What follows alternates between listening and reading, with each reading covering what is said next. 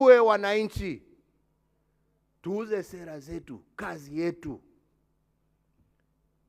kwa sababu unashindwa. Haihitaji mtu awe ni mwerefu sana kujua shida iko wapi.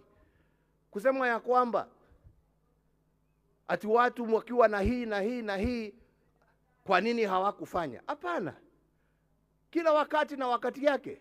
Sisi tumeenda, nyinyi ndio mpo. Sisi tulijaribu kwa vile tuliweza. Nyinyi pia deal with the issue. Na issue ni simple. Wenzangu, issue ni simple.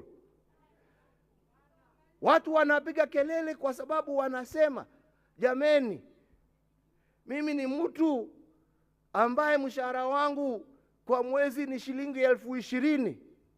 Hiyo 20,800 inaenda kwa petroli peke yake, kwa matatu kuenda na kurudi nyumbani. 12,000 inaenda kwa nyumba ambaye nimekodesha.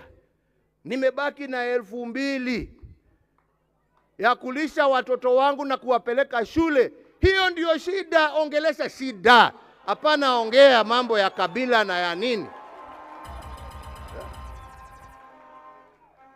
Ama ni namna gani wenzangu? Na kama unataka tusaidiane kutatua hiyo shida, semeni, tutatue hiyo. Lakini kwenda kuweka shida ati uweke ati ni kwa sababu ya huyu, ni kwa sababu ya huyu.